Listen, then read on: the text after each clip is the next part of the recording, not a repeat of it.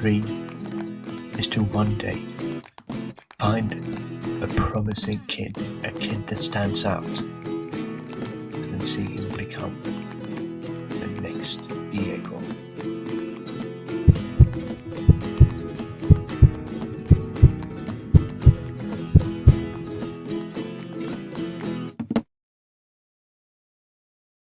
This is where the journey begins, a journey that will hopefully take us from the Argentinos Juniors via Boca Juniors to Barcelona in Spain.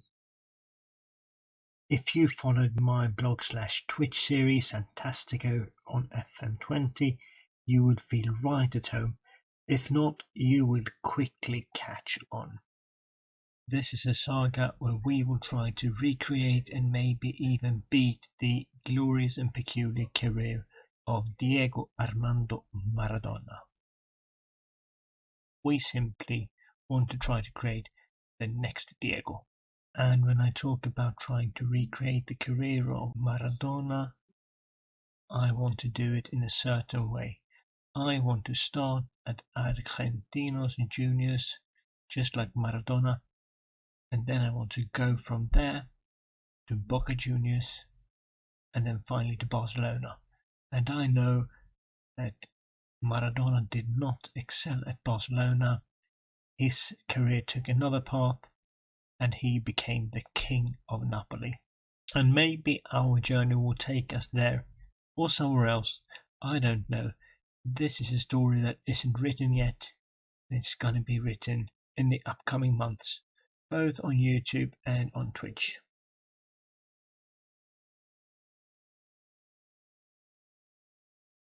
You might be sitting and thinking, what about Messi then? Isn't he the next Diego? Well, in certain aspects, he has already surpassed Diego while falling hopelessly short in other. His success in Europe is unmatched, but that hasn't won him the love and praise from the Argentinian people. The combination of never having played for an Argentinian team at senior level and the lack of trophies for the national team are probably the reasons for that.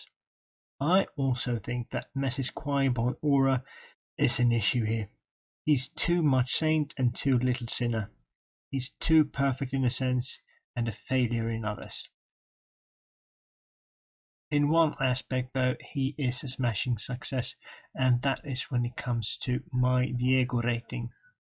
I have taken 10 of the attributes that I think would have personified the Diego Armando Maradona FM21 player. I'm going to show them to you using Messi as the example, and then we will leave Messi and go to Argentinos Juniors. The 10 most important attributes to become the reincarnation of Diego Armando Maradona are dribbling, first touch, and technique when it comes to the technical abilities. And that may seem very straightforward to you, but when it comes to the mental attributes, it becomes a bit more exciting, because he isn't the well-polished player that Lionel Messi is.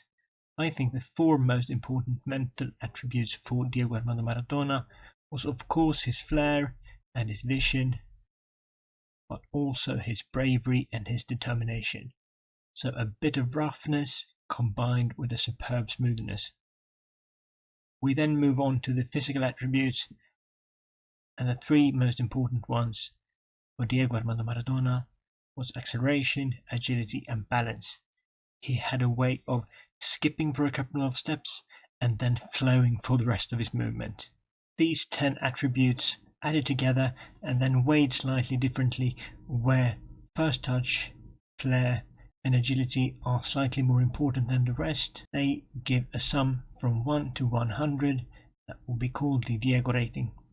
And here Lionel Messi ends up with a 99 in Diego rating, and maybe that one final point he's missing comes from his lack of bravery, or simply comes from the fact that he looks like a choir boy. I'm not sure, but that's the fact. So let's leave Messi alone now and go to Argentinos Juniors and to one particular player. and that particular player is Fernando Alvarez, and the reason I have singled him out is that he has the highest Diego rating among all the players aged 21 or younger at Argentinos Juniors. His Diego rating is currently at 68, which, like I said, gives him the highest rating among all the players aged 21 or younger, which means that he is the most like Diego Armando Maradona. The reason the rating isn't higher is quite obvious. He lacks dribbling and he lacks bravery, and also a bit of balance.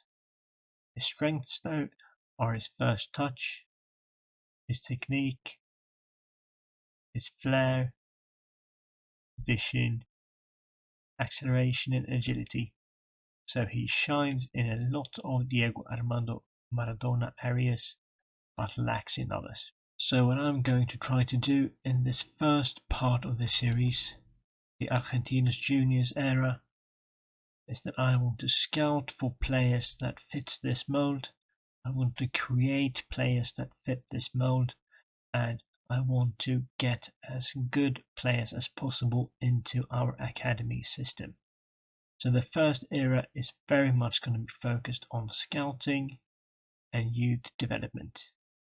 If we look at the current facilities, though, it seems like we are not going to climb a hill, we are going to climb a whole mountain. Youth facilities are average, junior coaching is good, and youth recruitment is also average, which means that we have a hell of a lot of work to do if we are going to turn this youth system into one of the best in Argentina. And I think we will need to do that if we are going to find a hidden gem, if we are going to develop him into something good enough to then move on to Boca Juniors. We could be stuck in this era for 3 years, for 10 years, or the entire series. I honestly have no idea, but I'm fairly certain that we will need to make these facilities better if we are going to give ourselves the best possible chances to create the next Diego Armando Maradona. The board, though, they want us to build on this youth system, develop players using the club's youth system, and play entertaining football. That is exactly what I had in mind. They want us to finish mid-table in the Premier Division and also make a bit of a run in the Continental Cup, Copa Sudamericana. Then they want us to keep building going forward and qualify for Copa Libertadores within 3 years and challenge for the Premier Division title in 4 years. I hope that we will do that as well, but I also want us to better our facilities in this period of time. One of the most important persons when creating a good academy is the head of youth development. Our head of youth development and also director of football is called Raul Sansotti, a former Argentinos Juniors player, under-18s coach, research coach, and manager. And I'm not sold. I'm not sold at all. He has a tactical style of Route 1, a playing style of standard, a personality that's only loyal. And oh no, he's not going to cut it. One of the first things we will need to do is go out and find ourselves a new head of youth development. That is for sure. So a new head of youth development, several upgrades in facilities. I am starting to get the feeling that this first era will be very long. Lucky for me and lucky for you then that I absolutely love youth development. So we have looked at the currently best youth prospect and we have looked at the facilities. Now it's time to take a slightly broader look at what the first era will look like. What sort of club is Argentinos Juniors at the moment? Well, it's a bit of a mixed bag actually. The club has been struggling for the last 10 years or so, going up and down and up again between the first and the second tier. They won the league in 2009 and 10, but that was their first league title in a very long time. If we look at finances, there is a little bit of money in the bank, £1.6 million in an overall balance, and a transfer budget of around £200,000 won't get us anywhere though. There's no debt though, which makes me happy. A lot of these South American clubs have huge debts. We don't have any, which means that we can hopefully start building on this. If we look at the overall squad, it seems fairly well rounded. This save won't entirely be about creating the next Maradona. We will need to create an environment where he can blossom, and that means that I will also focus on trying to get the best complementary players as possible in. I have not settled on a tactic yet, but I have a tactic in mind where we will try to get as many of the players going forward as possible to be as creative and free as possible, and then build a solid ground for these players to be creative. We will see where we end up, but that's at least the idea I have. If we look at this squad, the players that stand out are Fausto Vera, who is a central midfielder who looks very good. He will be one of the blocks building this foundation for our Diego Armando Maradonas to attack from. The other interesting player is Matko Miljevic, who is slightly more attacking, but will probably not be the new Maradona, considering that he is American. I will only accept Argentinian players.